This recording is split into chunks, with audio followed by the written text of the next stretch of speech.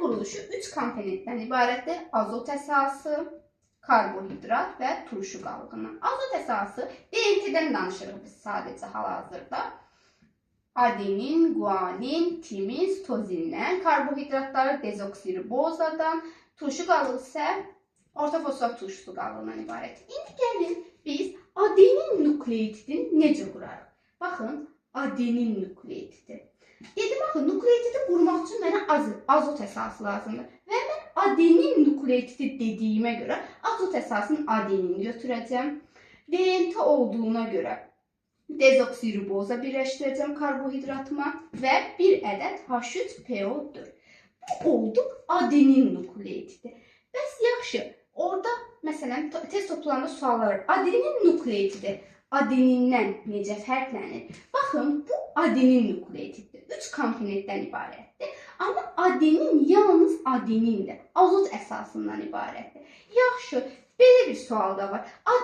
DNT-də olan adenin nukleotidi, RNT-də olan adenin nukleotidindən necə fərqlənir? Baxın, DNT-də olan adenin nukleotidini yazmışam. İndi isə RNT-də olanı yazaq.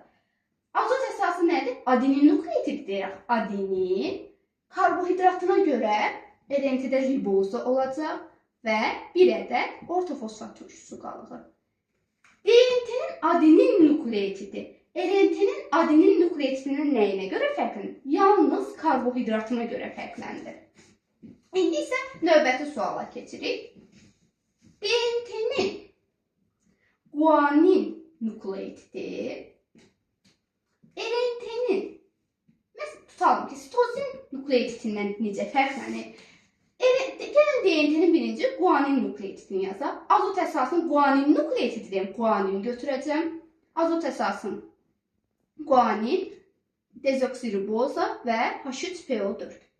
İndi isə RNT-də sitozini qurun. Sitozin nukleotidi dediyimə görə azot əsasının sitozin, karbohidrat riboza və orta fosfat turşusu qalığından. Baxın, DNT-də olan guanin nukleotidi, yəni bu, sitozin nukleotidindən necə fərqləndir?